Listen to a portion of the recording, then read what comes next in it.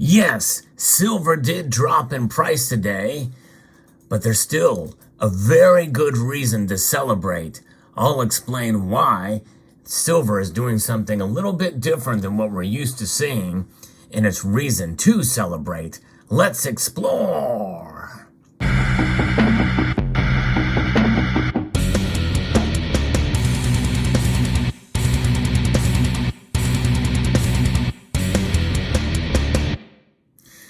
Today is a day that we should mark down, just like the rest of the past couple of days here. In fact, even a week or so that we've seen silver move up fairly dramatically.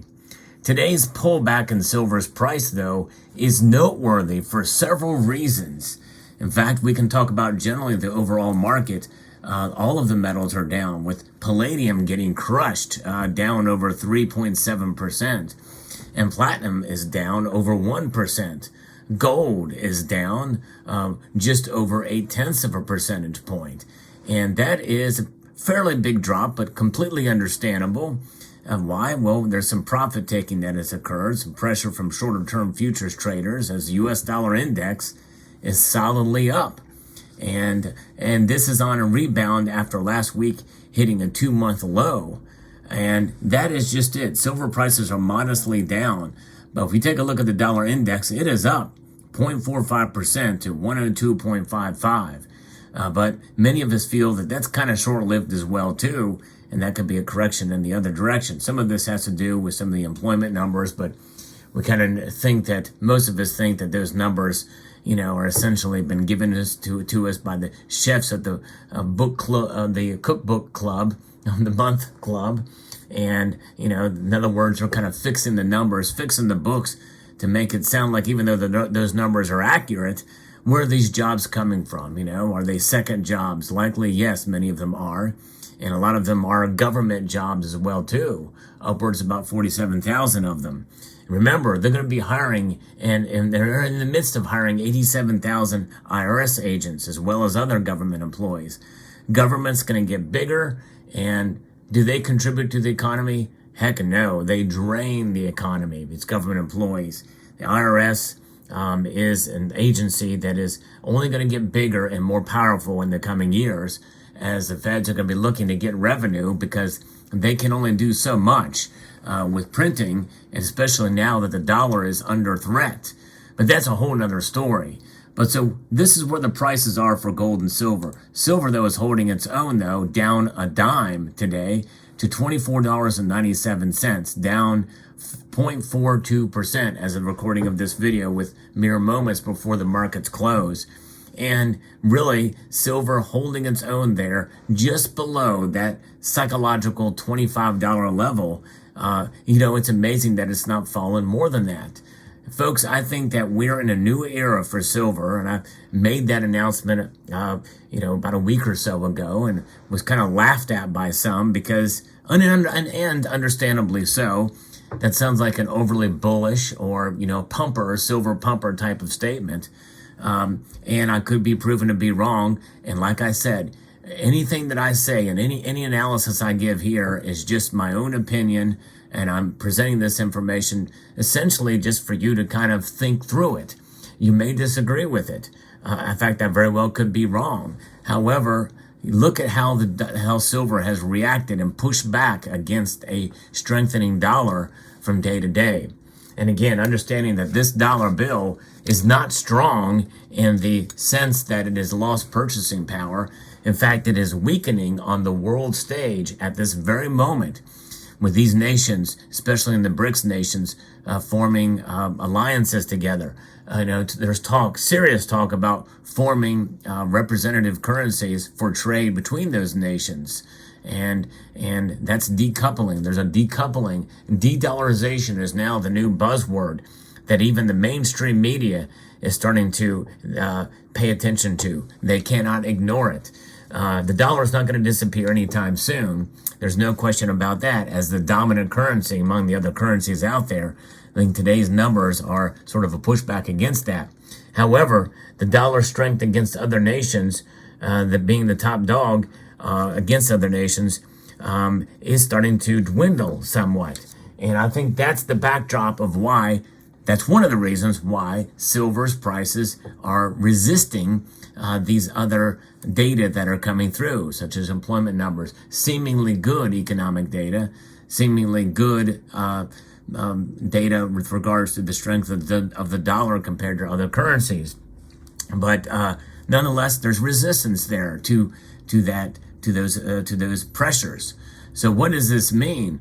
Well, this means now that the gold to silver ratio is narrowing now to just above 80 to 1. Still very, very high. Silver has a long way to go. We should not, claim victory yet for silver. However, it is doing something notably different now. And we should take notice of this because this is coupled with what we're seeing in the field. And what do I mean by in the field? In other words, at your local coin shops, at online dealers, you're hearing it all over the place that there is great demand for this metal. There is an organic silver squeeze going on for silver products.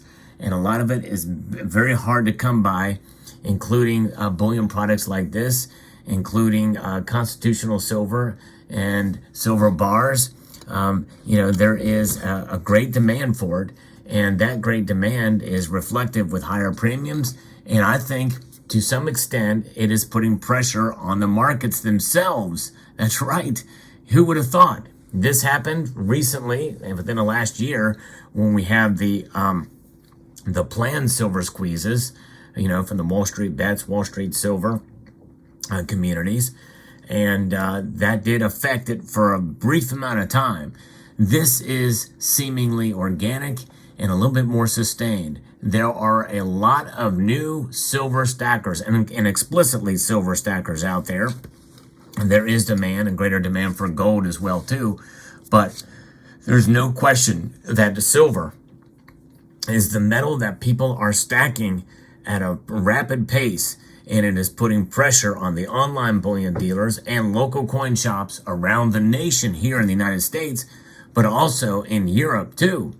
We are hearing more and more talk, especially with the threat of a digital dollar that will be tracked, especially what the European Central Bank president mentioned just recently from an artificial intelligence discussion with Vladimir Zelensky from Ukraine. It wasn't really him, but she was basically saying that it's dangerous that they're not going to be tracking amounts below 1,000 equivalent dollars or what have you.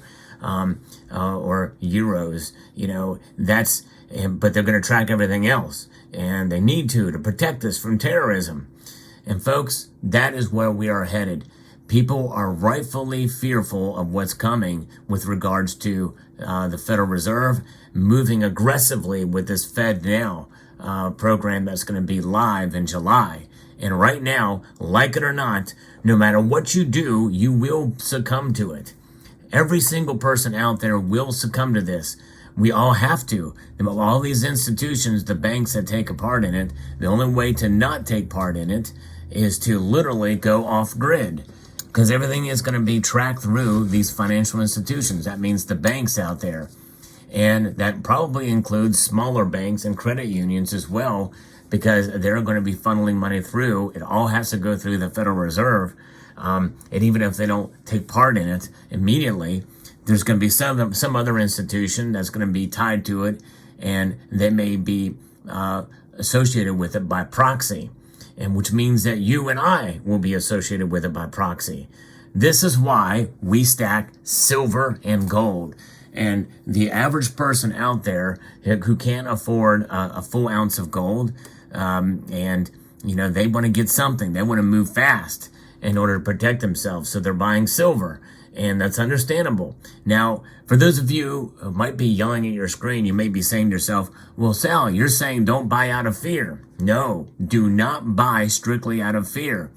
In other words, do not let FOMO take over. But there is a healthy level of concern that is certainly warranted when making purchases. But whenever you make a purchase, no matter what, do not let fear be the main driver. Prepare. Buy your silver with the understanding that, yes, there are a lot of things that are happening that are very scary that you'll be glad you did it. However, understand that the price of silver could drop. And yes, it could drop dramatically. Right now, again, silver is just under $25 an ounce.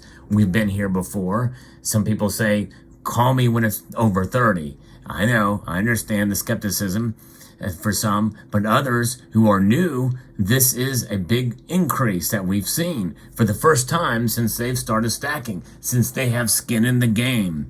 And I want you all to be prepared that the prices could fall.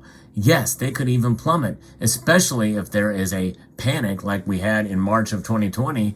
We saw silver prices fall below $12 an ounce just a few years ago. Hard to believe. It seems so long ago, but it was just like yesterday. I remember it vividly in reporting on it on this channel.